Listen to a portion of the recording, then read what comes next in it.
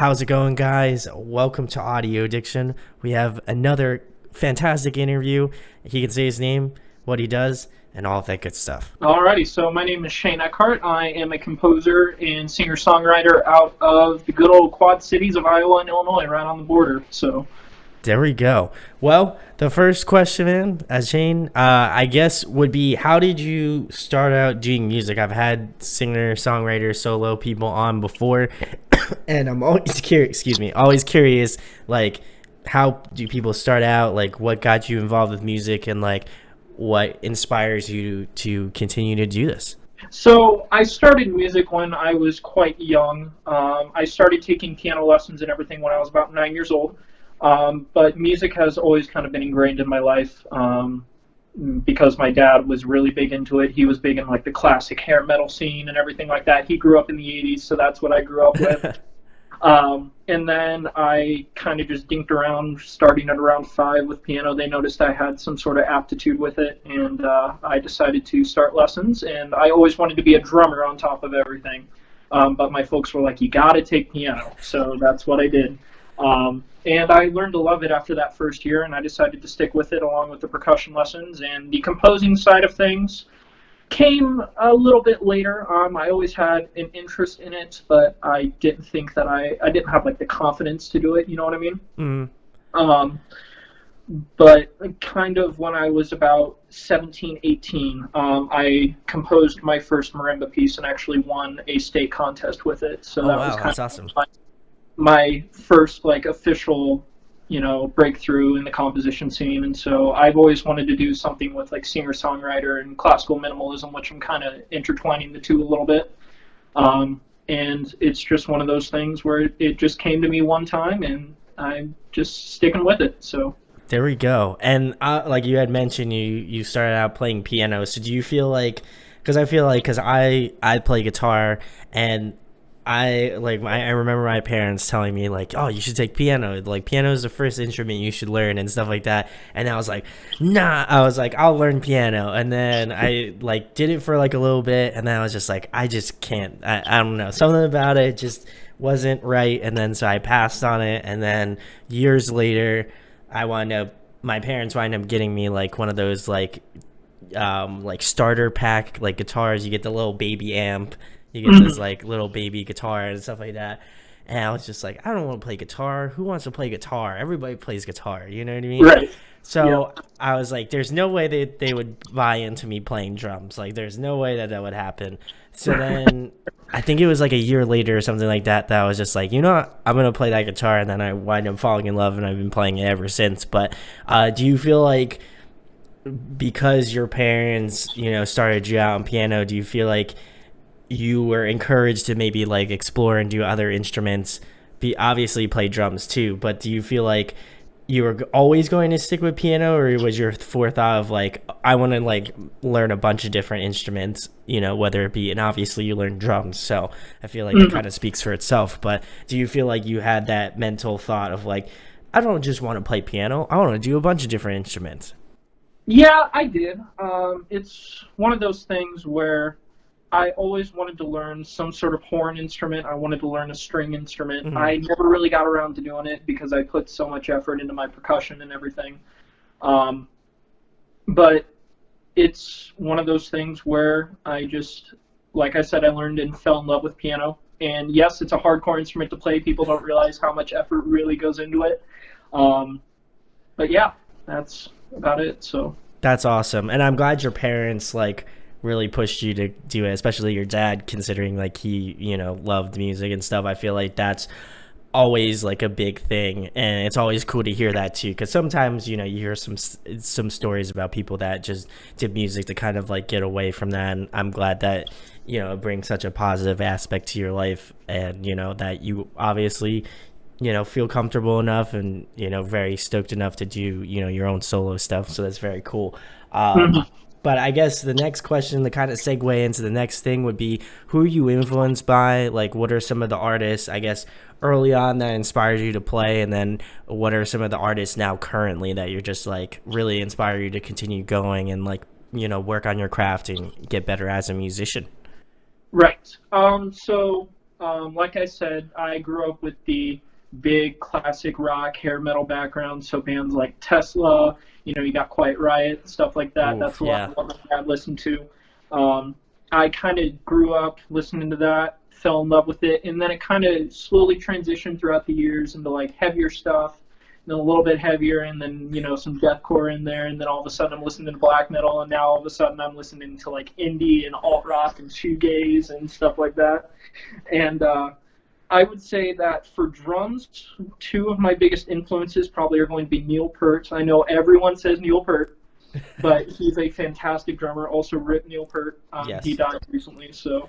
And then Chris Turner from Ocean's 8 Alaska, one of the tightest and most technical drummers out there right now on the scene. And he's like 24, and I'm just baffled by his skill.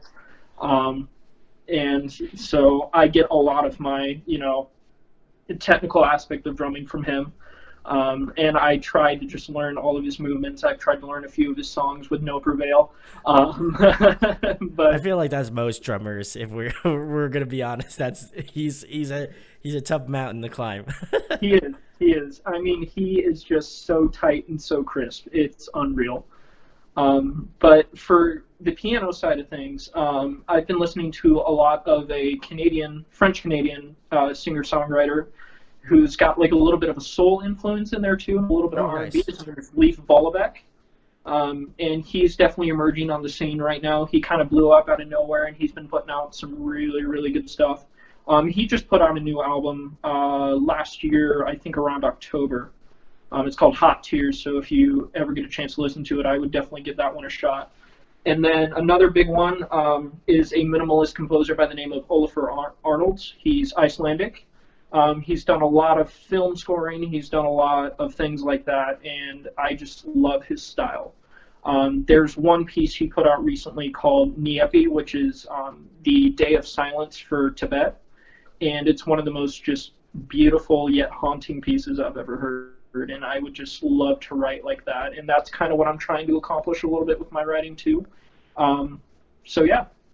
There we go. Well, you've got quite the gambit of musicians going from, deathcore bands, mathcore bands to like real like cinematic sorts of like, people who do composition. So do Yeah, you I would say my music taste is pretty eclectic. So Oh, 100%. I've like yeah. I was like when you were answering it, I was just like, man, he has quite a range. So I guess like having all of those influences, I'm just curious how you're gonna kind of hone in on that, like in terms of like your solo writing. So do you feel like you are going to incorporate some of those like heavier aspects to like maybe your solo music, or is it a little bit more subtle considering, obviously you're doing the piano, and you're obviously doing, some, I would assume some vocals as well.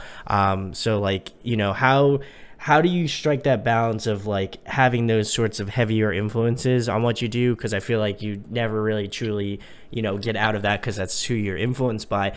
But how do you kind of hone that in to make sure it's like, okay, well, like this isn't going to be like so much for me in a track, but also like it's not going to be so like, I don't even want to say bland because that sounds terrible, but like, in a point where you're just like, there's enough interesting creative aspects going on in the drumming, but it's not overtaking what the piano is doing or what my vocals are doing, or etc. So when it comes to the heavier aspects of things, I don't know if I'm going to do that in the near future for this project Sure. in its own. But I've kind of come up with some, like, there's a style that incorporates a element of shoegaze rock and black metal called black gaze that I absolutely adore. And so I think I might experiment a little bit that in like a separate project or tie it to my name as well. But I've definitely got to get my guitar skills up before I do that. But for the project that's coming out right now, which is my EP, A Lesson in Misery, it's kind of more just a solemn, haunting, kind of just more emotional EP.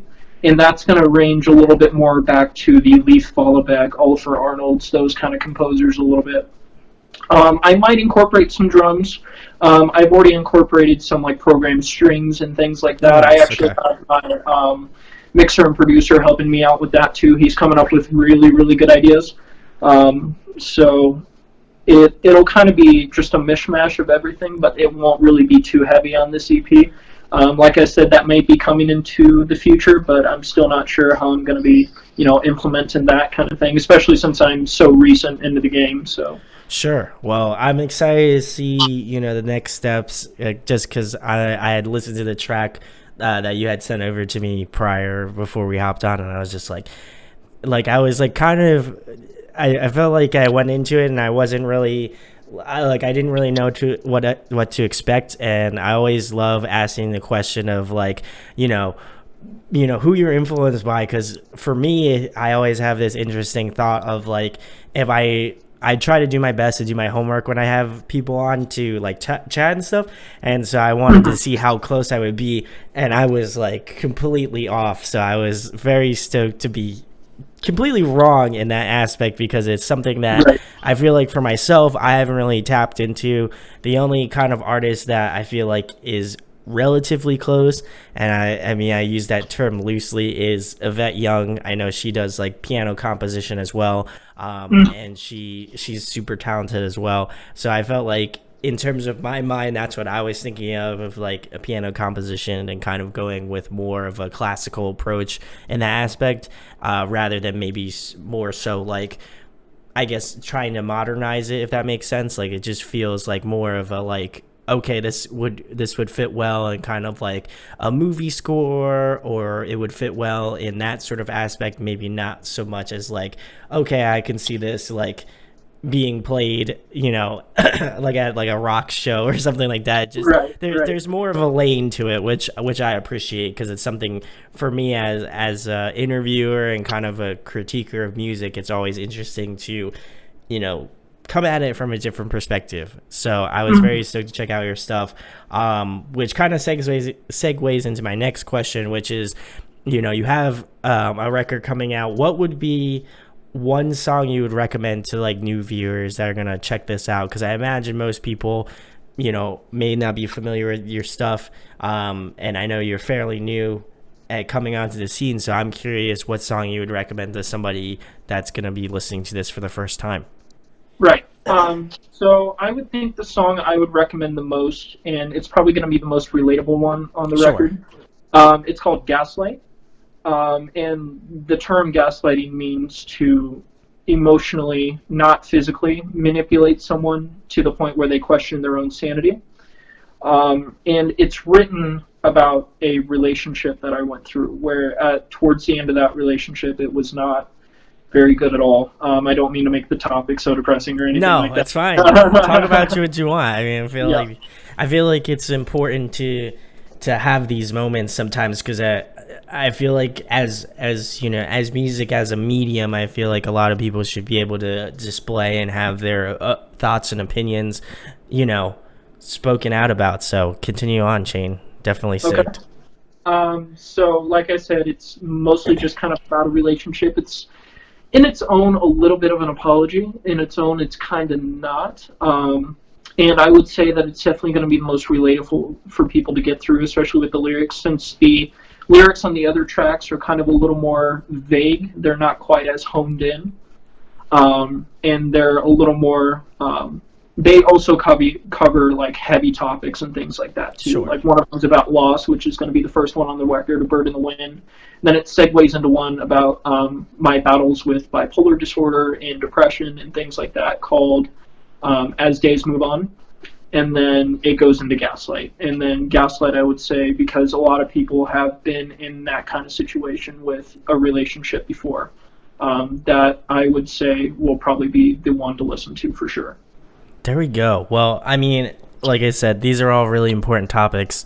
I think it's, I think it's important as artists to not really, I think more so, like, especially in this genre, like, especially like heavier music in general, I feel like a lot of artists tend to, I guess, bring out or put out their emotions, or like speak in terms of like, stuff that means a lot to them. And I like that you bring that aspect into your music. And I think a lot of people will kind of resonate with, with how you feel in a certain situation, and whether it be more in a like empathetic sort of way, or just like, or like a relatable way. I like I said, I think it's super important, and I try to do my best, whenever I'm doing interviews or like album reviews or something like that, where I'm trying to be, empathetic to the people that I'm interviewing, or like, because sometimes these topics are really hard to talk about. And I appreciate you for speaking out on it, because sometimes, people are a little bit afraid to, speak their mind per se. And so, I feel like for me, this has always been an open forum. So, again, I appreciate you for, saying that. It's really important. And I think, not a lot of people are, I guess people are aware of it, but I think it's like more of an unspoken truth. You know what I mean? Yeah, I get you. So, but we're gonna move into some fun stuff, Chane, because I always love asking some fun questions as well. Okay. If you could pick a song to cover, what would it be? It doesn't even necessarily have to be in the lane of music that you're doing, but something that you feel like you would do a justice to. One that I feel like would challenge my vocals and my piano ability enough would probably be "Drifting" by Nathan Ball. So Nathan Ball is a British singer-songwriter, and Okay. I know that that's kind of in the lane of what I'm doing right now. And I think that would fit really, really well with the kind of stuff that I'm doing. I'm not I'm not entirely sure what he's trying to convey through his song. All I know is that it's a very beautiful melody, and it just goes from this rich, deep, low part of his voice in the beginning to all of a sudden he's hitting just this glorious highs in the chorus, and I think it would be great to, attempt to do. I thought about doing it, but I definitely have to get my range back first. So There we go. Well, best of luck, and hopefully, Chane, as you know, many things are on the internet. Now this is on the internet, so if somebody watches this and they want to see it, hopefully it will be out sooner sooner than later, Yep. So that's the plan. After I would like to do a cover sooner than later, especially after the EP comes out. So There we go. Next question, another fun one as well. Favorite food to eat? What's the go-to meal? ooh, probably sushi. I've loved sushi since I was a kid. I absolutely love salmon, and just a lot of people are going to be like, "Ew, sushi, that's gross. You're eating raw fish." I'm like, no, I've loved it since I was a kid. So if I could eat it for every meal, I probably would. That is very interesting, considering you're in the middle of the country. Yep. That is very that wouldn't have expected that, considering again you're landlocked. I feel like if you were like an East Coaster like myself, I feel like that would make more sense. But I hopefully, mean, there's a striking Asian population here in the Quad Cities. there we go. It's pretty Vietnamese centric, but there are a few Japanese around here too, and they're all great people. They all own restaurants and everything like that, and they're all great members of the community, and they make fantastic food. So. Oh, I know. I love. Listen, you're preaching to the choir about sushi. I love that stuff. It's. I wish I could have it right now, but cannot. But it's all right. It's all right. Well, we're gonna move on to the next question, Chane, which is more music related. Okay. If you could pick somebody to collaborate with, whether it be a guest feature on your next record or a producer you'd like to work with in the future, who would it be? Ooh, that's kind of a tough one. If I could work with someone a little more experimental, I probably would work with someone like, just to see, because I think it would be interesting to incorporate some noise into my. Okay. So Merzbow would be fun, because I've heard he's a very, very good guy, and he's very, very experimental, and I think it would be cool to do some of that, like noise or ambient stuff in there, or Finens. He worked with Ryuichi Sakamoto, and they did a really beautiful record together. One of the songs on the record is called Haru, where it's just this, like, just very airy, open synth in the background, and it is very subtle chord changes, and then Ryuichi just does this improvised piano over it, and it's absolutely stunning. There we go. I'll have to check out these guys, whenever I'm like editing a video. I need something a little bit more. Just be ready for Merzbow. It's out there, man. It's a little out there. Okay. Well, I'll have to check that out maybe when I'm not editing a video, so I can't like have like while I'm editing a video, I'm like, what's going on right now. I have no Yeah, idea. I was it's like, I crazy feel like that stuff. would require more attention. I feel like It does. some stuff, you could put on and it's nice background. I don't want to discredit them. They make great music, but sometimes it's a little bit more like I don't have to focus on it, but it's like something I enjoy listening to. So gonna have to check them out. I'm sure you've got some really great recommendations, so I'll have to peep this video later and check out your recommendations. But All right. the next question is, you do already a ton of instruments, Chane, but if there was another one you could master, what would it be? Cello by far. Cello. I think cello is the closest instrument you can get to the tenor voice, which is kind of similar to mine a little bit. And if played well and mastered well, sorry, my dog keeps getting in the picture here. It's just one of the most beautiful sounding instruments. It can go from epic to sad to just getting your emotions out, and it's just such a vast instrument. And all it is just four large strings, and it's amazing just the complexity of the instrument. So if I could ever master that, it would probably be cello for sure. Yeah, it's something about it, like, and I think it's more impressive, like, in certain aspects. Like, I'll be watching movies and just how, like, composers kind of score the record to fit the mood of a certain particular scene in the movie. And for some reason, every time I listen to cello, it's just like it brings that sort of like sadness aspect to certain like scenes in movies where you're just like where you just can't help but feel like this sort of emotion about things. So I would highly implore you to try to learn cello, and I'd hopefully like to see it maybe future releases.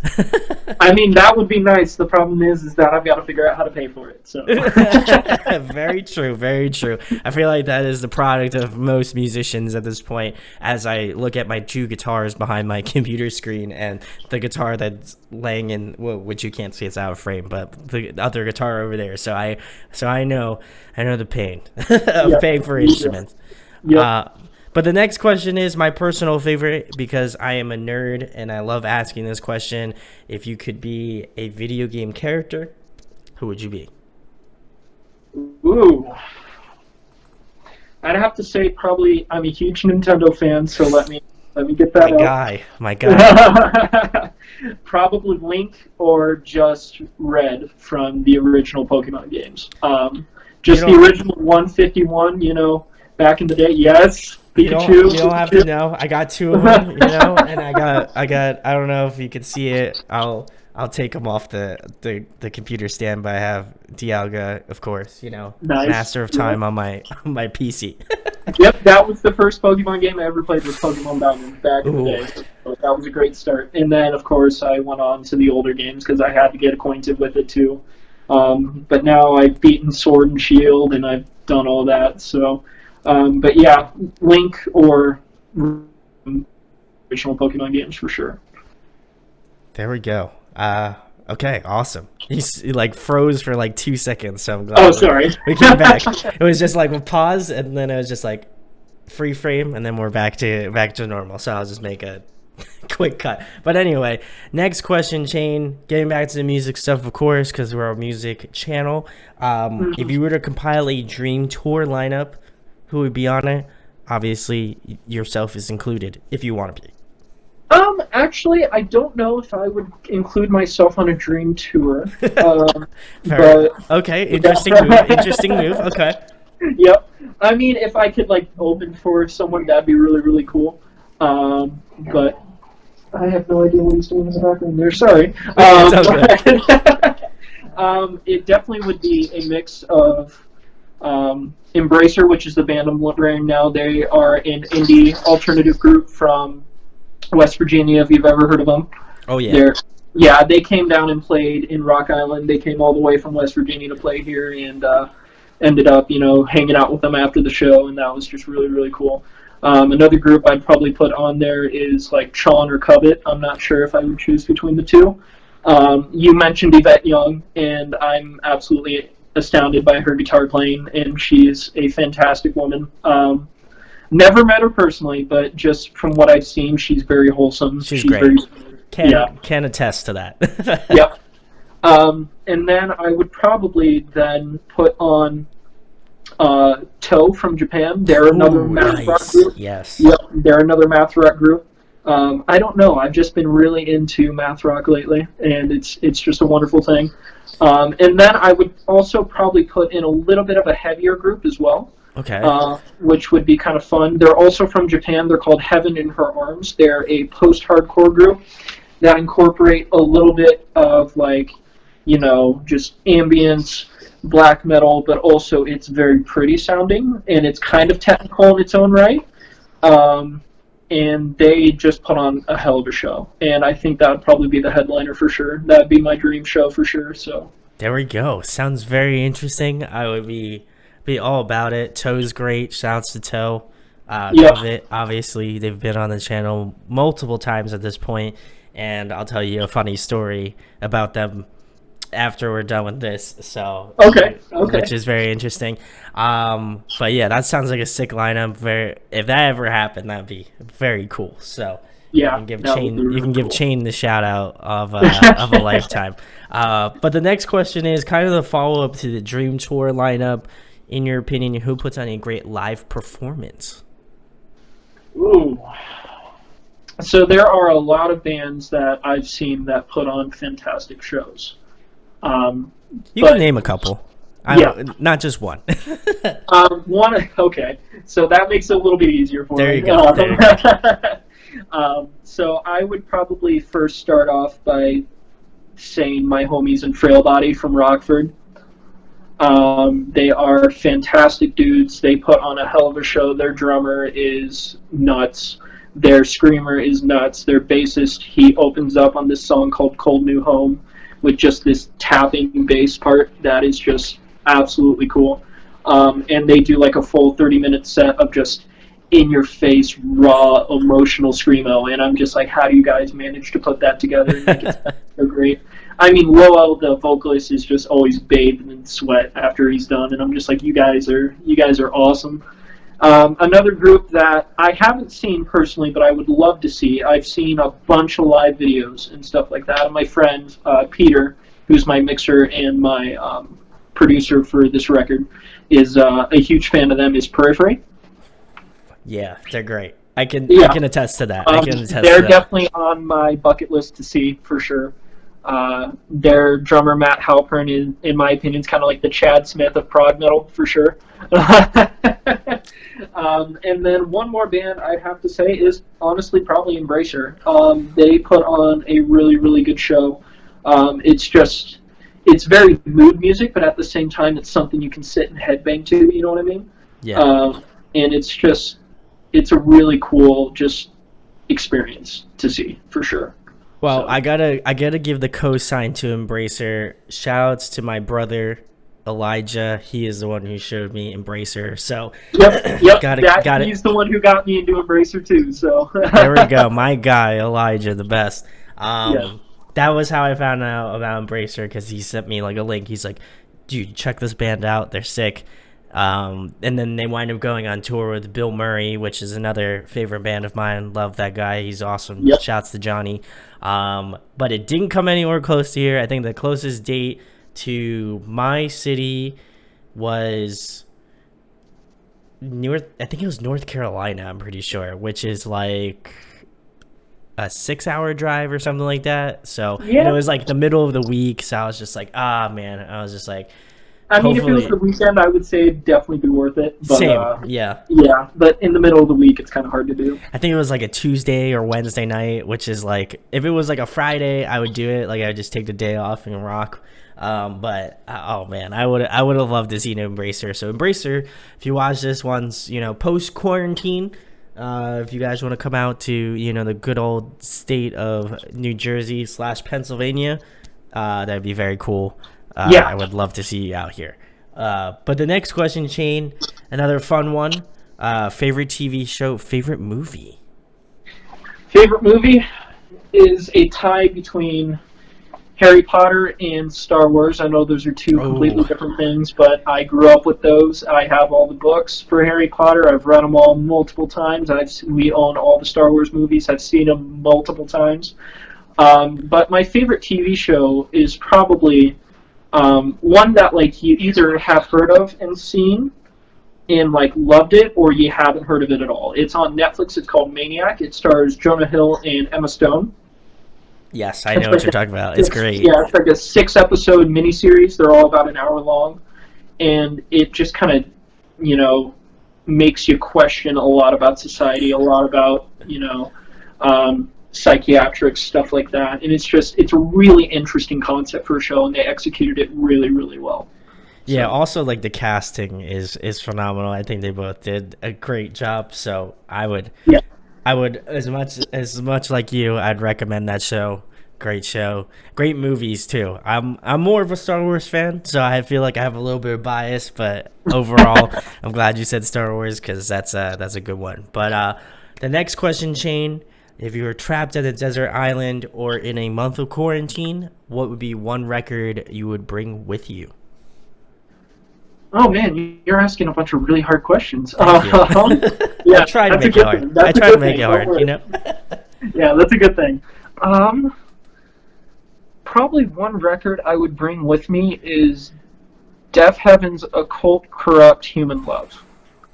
Ooh. That is one of the few black metal records that just really push the boundary for the sound. And it's a mixture of happy, sad, angry, raw.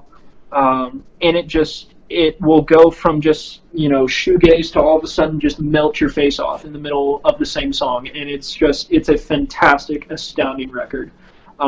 It's one that I own digitally and on CD, but I'm looking to get it on vinyl here soon.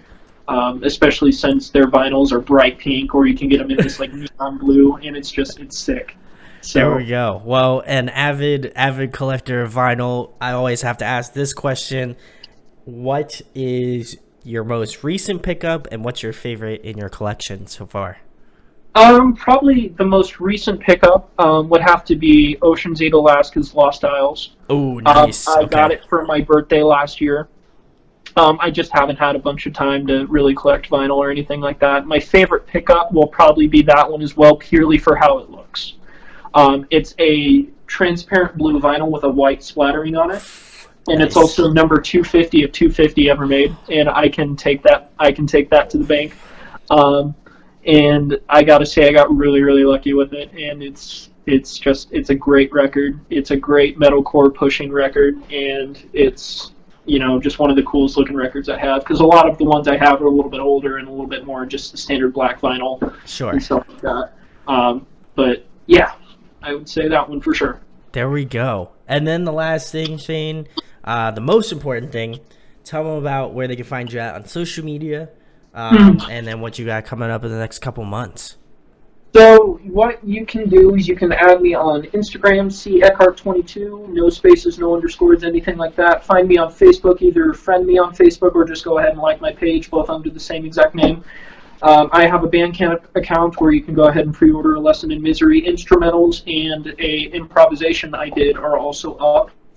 The improvisation is free download, and then the instrumentals are $1. Or I'm thinking about maybe doing a giveaway, so stay tuned of some codes. So stay tuned there. And then, of course, I'm also putting it up on Spotify and Apple Music. The instrumentals are out on Spotify and Apple Music, so you can just go ahead and search my name, and they're on there. And then I also have a Snapchat that I mentioned. Snapchat yet? Or I don't think so. okay. And then it's just Chane.Eckhardt. I post music updates. You can kind of just follow my daily life on there. I don't post too often on it, but I'm working on getting that much more on there. And then, of course, my Twitter is also Eckhardt22. So There we go. Well, go check out Shane. I'm pretty sure, I'm going to guess, because I feel like I know, but I'm curious to know your answer, is how did you find out about the channel? I'm almost positive I know who it is, because we mentioned him already, but I want to hear it, straight from the horse's mouth. yeah, straight from the horse's mouth. It's my boy Elijah Wold that we both love and adore. He introduced me to the channel back when I was in the group Annulment, when you guys did an interview with them. I believe that was before I joined the group, though. and I drummed for them. And we never got to play a live show or anything, unfortunately, but we're trying to bring the group back. So stay tuned. Go check out the Facebook page. We posted a status about it from Elijah himself. So go check that out. And ever since I talked to Elijah, he was just like, hey, check out my boy on Audio Addiction. He does great stuff. And then I saw that you were putting on like standards. You got Currents on there. You got Covet. And I was like, all right, this guy means business. And I'm all right, I've got to get on this channel. So like I mentioned to you before the interview, thank you so much for having me. And I really appreciate being on this channel. It's going to be really, really cool for both of us, for sure. There we go. Well, please go check out my new boy, Chane. All of the links will be below where you can check out his music and follow his daily life. Not in real life with binoculars, because that'd be weird, and I'm pretty sure he'd be very scared, and I don't want to be responsible for that. So don't do that. But if you want to follow him on social media, that would be very cool. Catch up with him on music. And I'm very excited to listen to the new record when it comes out. I'm sure low key he's gonna slide it over to me anyway, but you guys can check it out when it goes live. If you enjoyed this interview, share it, like it, subscribe. It goes a long way. And thanks, of course, to Chane for coming on tonight, man. All right, thanks for having me, man.